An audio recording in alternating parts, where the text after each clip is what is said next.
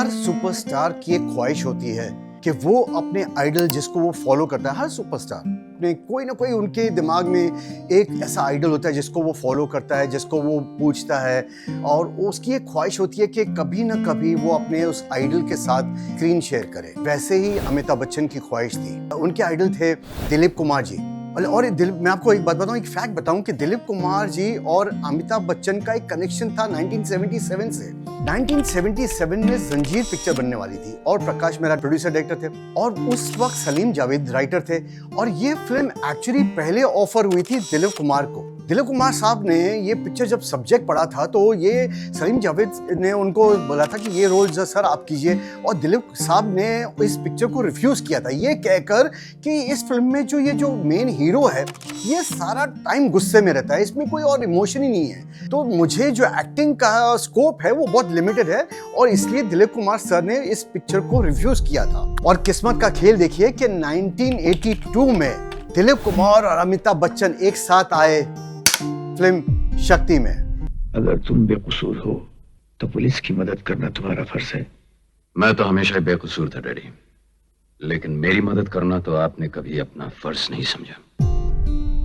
जी हाँ दोस्तों, ये है किस्मत का खेल और तकदीर और हमें मिली और एक कल्ट क्लासिक शक्ति जिसे डायरेक्ट किया रमेश सिप्पी ने, प्रोड्यूस किया मुशीर रियाज ने और राइटर थे मैजिकल डुओ सलीम जावेद। 1982। लेकिन ये फिल्म भी एक्चुअली जो इसको लॉन्च किया था, इसको लॉन्च पहले ही किया था।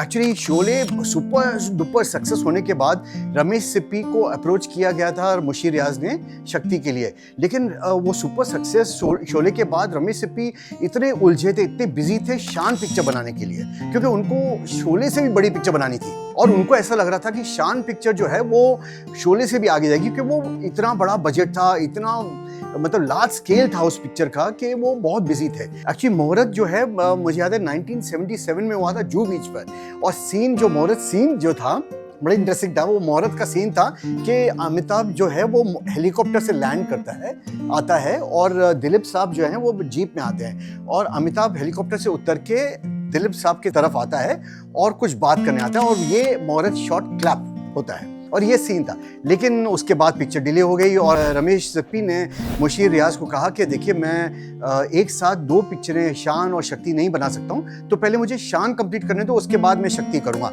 इसलिए 3 साल के लिए शक्ति को होल्ड पे रखा गया और पहले शान को कंप्लीट किया गया। उसके बाद 1980 में शक्ति को फिर से रिवाइव किया गया। कहते हैं कि अमिताभ बच्चन जो है वो दिलीप साहब से इतने प्रभावित थे, इतने उसके ऑ में थे कि सीन जो उनके साथ में थे वो सारा टाइम दिलीप साहब को देखते रहते थे। कई बार उनको क्यू देने के बाद भी वो अपना लाइंस बोल नहीं पाते थे और काफ़ी रीटेक्स होते थे।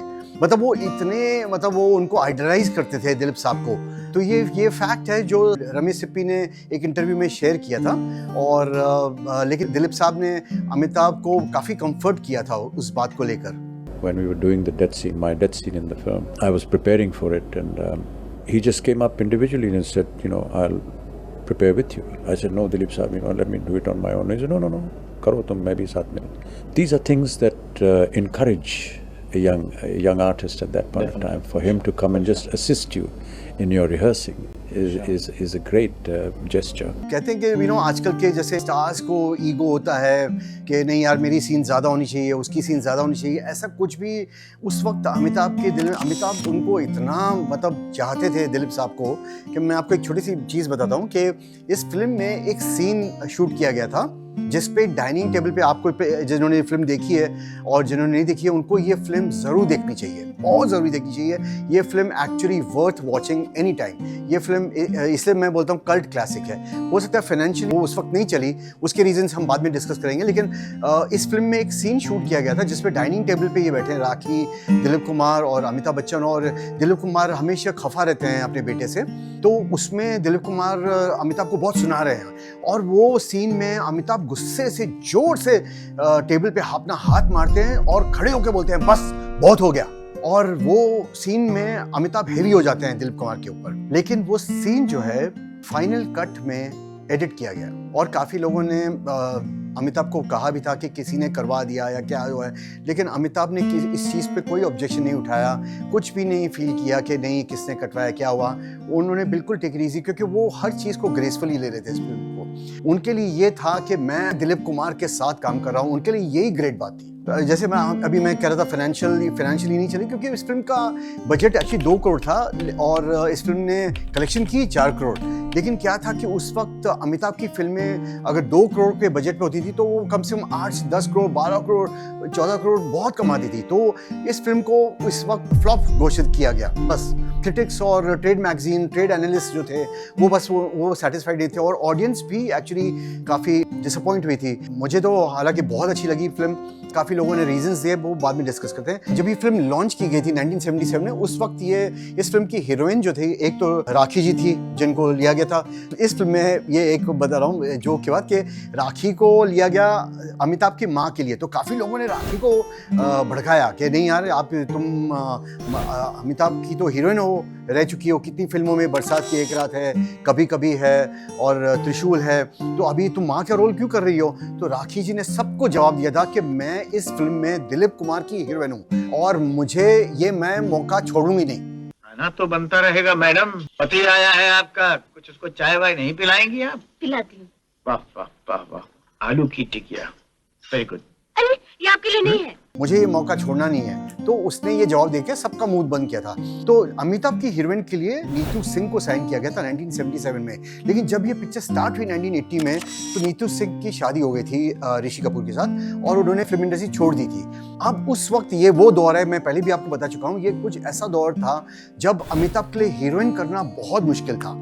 अमिताभ अपने पर्सनल रीजंस की वजह से रेखा से काम नहीं करना चाहते थे, परवीन भाभी को मेंटल इश्यूज थे, तो हीरोइंस करना बहुत मुश्किल था। कुछ हीरोइंस बहुत यंग लगती थी अमिताभ के सामने।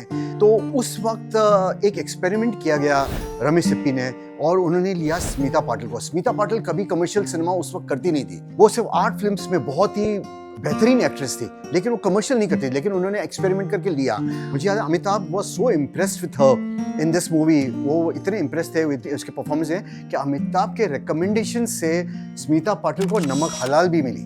उन्होंने प्रकाश मेहरा को बोलकर नमक हलाल में भी स्मिता पाटिल रोल दिलवाया हीरोइन का अपने साथ। She was such a beautiful actress. अजीब बेवकूफ लड़की हो, इतनी देर से आए बाएं शायद हाँकती चली जा रही हो, साफ कहती क्यों नहीं कि तुम ये इस घर की बहू हो।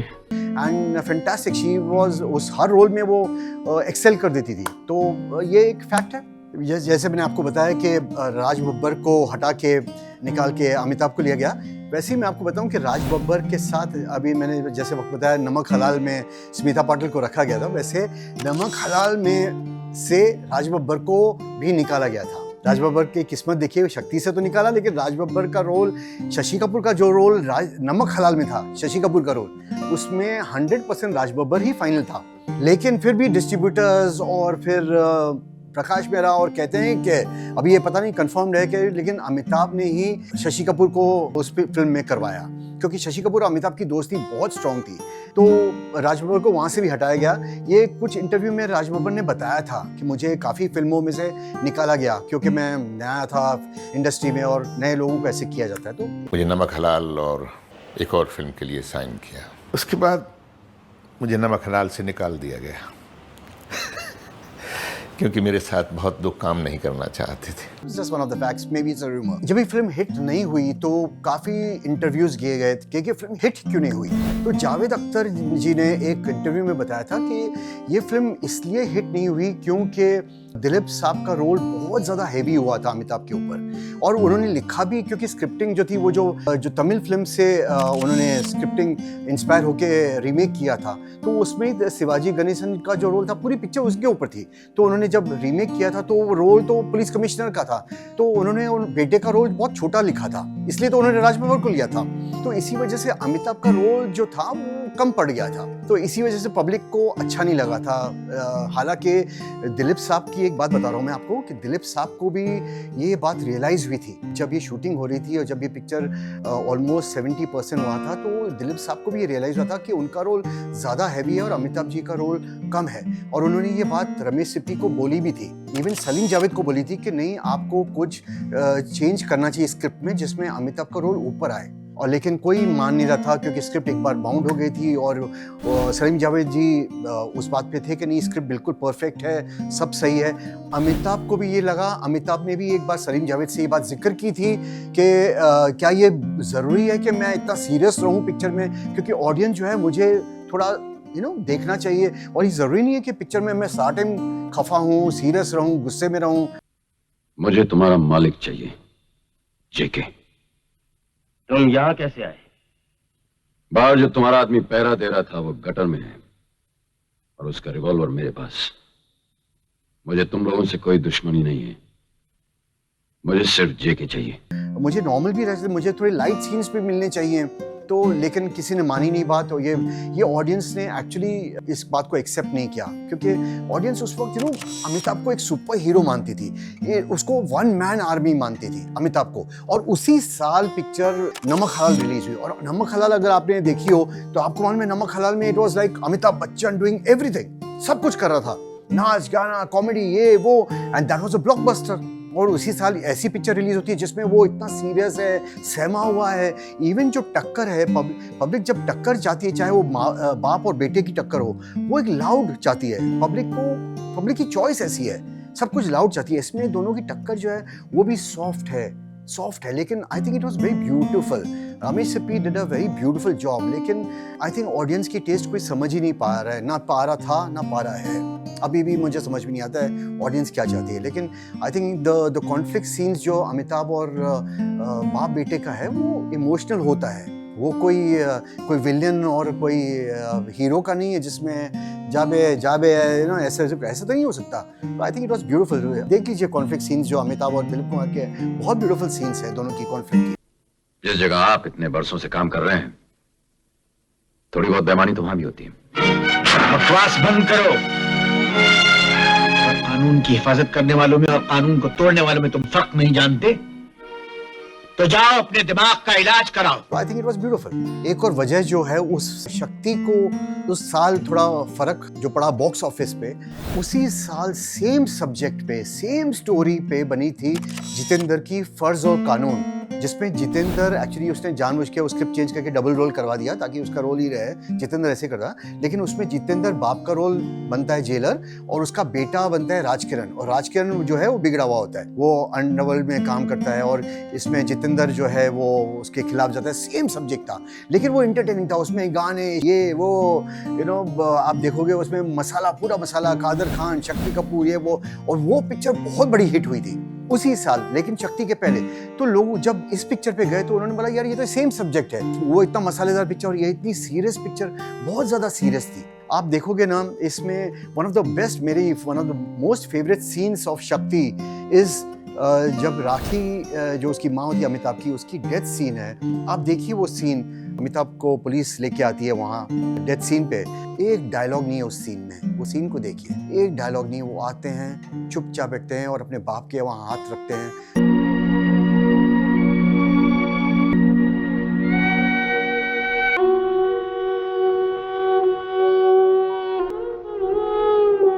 ब्यूटीफुल सीन है। Hats off to Ramesh Sippy जो ऐसे सीन को एग्जीक्यूट करते हैं बिना कोई डायलॉग्स बोले। चाहते तो 4 पेज का डायलॉग बना सकते थे, पता नहीं क्या हो सकता था, इतने इमोशनल सीन। लेकिन उनके एक्सप्रेशंस देखिए, इसको बोलते हैं एक्टर्स। दिलीप कुमार, अमिताभ बच्चन, ऐसी सीन को कोई एक्टर कर ही नहीं सकता। इसको बोलते हैं कल्ट क्लासिक। क्यों बोलते हैं वर्ड कल्ट क्लासिक? इस वजह से, क्योंकि इस सीन की वजह से। लेकिन ऑडियंस को ये नहीं चाहिए, ऑडियंस को चाहिए एक घुसा मारो 20 लोग उठते हुए जाएं। तो आजकल ऐसे ही चलता है और ऐसे ही चलता रहेगा I think. But this was one of the good things in best things in शक्ति। पहले तो मैं बताऊं आपको कि सलीम जावेद और रमेश सिप्पी तो इस फिल्म में कोई गाना ही नहीं रखना चाहते थे। वो बिल्कुल हॉलीवुड स्टाइल में फिल्म छोटी रखना चाहते थे, बिल्कुल नहीं गाना ना। फिर वो डिस्ट्रीब्यूटर्स और मुशीर रियाज ने बोला भाई ये क्या है, इतना सीरियस कर दोगे तो साला कोई पिक्चर में बैठेगा ही नहीं, वो उठ के चला जाएगा। कि उनके बोलने पे 2-3 गाने डाले गए, जो एक दिलीप कुमार और राखी का गाना था, मांगी थी एक दुआ जो कबूल हो गई, एक सोलो स्मिता पटेल का गाना था,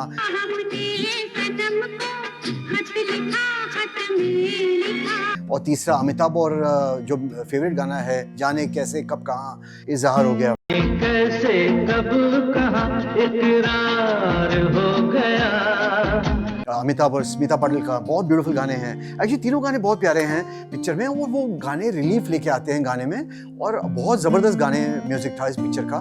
और I think it was a good thing to do. I think उनका जो डिसीजन था सलीम जावेद साहब का और रमेश सिप्पी का कि नहीं, उस गाने नहीं रखना, लाइट मोमेंट्स ही नहीं रखना, वो गलत था। एक तरीके से उनको लाइट मोमेंट्स रखने चाहिए। इस फिल्म में काफ़ी बड़े बड़े स्टार्स भी थे जिनका छोटे छोटे रोल भी था, जैसे दिलीप ताहेल, सतीश शाह इस फिल्म में छोटा सा रोल है, ट्रेन में विलेन है वो, और दिलीप ताहेल वो भी विलेन है। क्या मैं आपका नाम पूछ सकता हूँ? तुम बीच में क्यों दलाली करता है, बोलो। अमरीश पुरी तो मेन विलेन है इस पिक्चर में, और बहुत अच्छा रोल है उनका। आखिर ये वो कौन है जिसका जिक्र बार बार इस तरह आ रहा है जैसे वो इंसान नहीं को हुआ हो? कुलभूषण खरबंदा है, उनका बहुत जबरदस्त रोल है। मुश्किल ये है कि तुम्हें अदालत में बेकसूर तो साबित किया जा सकता है, लेकिन उसे मुजरिम नहीं। तो I think the star cast was fantastic in this movie. इस फिल्म का एक और मैं जो चीज़ मैंने नोट की है इस पिक्चर में, ये एक इंग्लिश फिल्म है, कल्ट क्लासिक इंग्लिश फिल्म है, हीट, HEAT, हीट, जिसमें अल पचिनो और रॉबर्ट डी नीरो है। It's on a heist, it's on a bank robbery, और उसमें अल पचिनो जो है वो पुलिस वाले हैं, और रॉबर्ट डी नीरो पुलिस जो बैंक रॉबर है, उन दोनों के बीच में टक्कर है।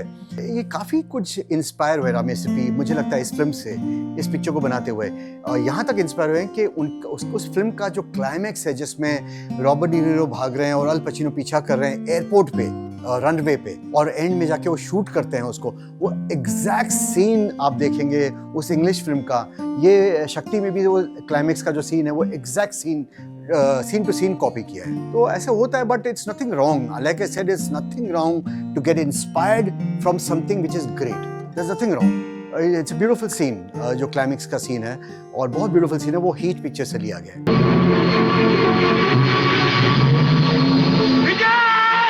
रुक जाओ विजय, वरना मैं गोली चला दूंगा।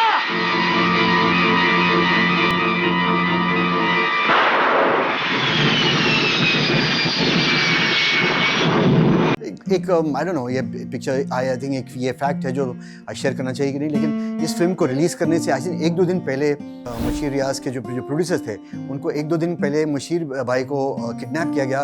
पठान गैंग के, अमीर ज़्यादा के गैंग के, उनके कुछ गैंगस्टर्स थे, उन्होंने उनको किडनैप किया था और रैंसम में कुछ पैसे भी लिए थे।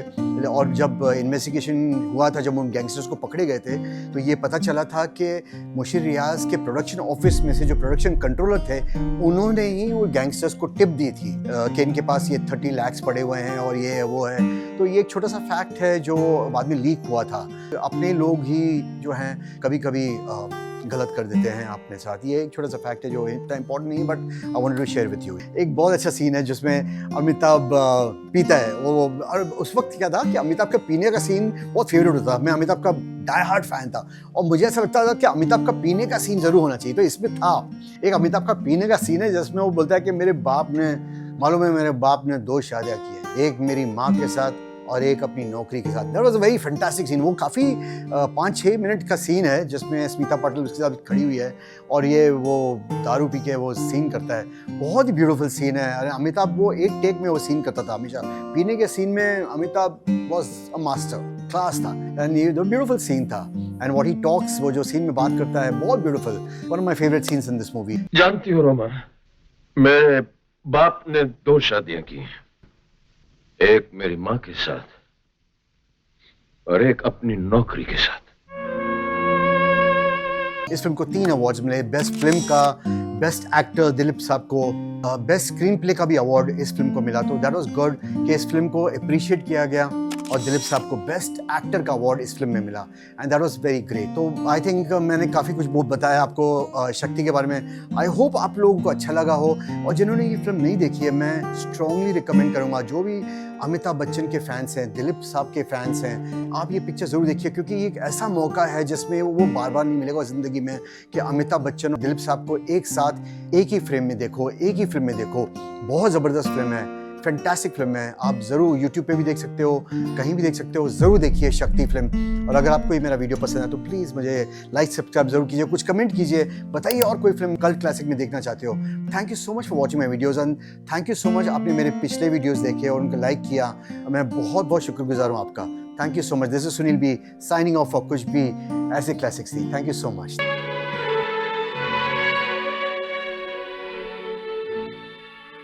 ये है मेरी और मेरे बेटे विजय की जिंदगी की कहानी। Thank you, thank you.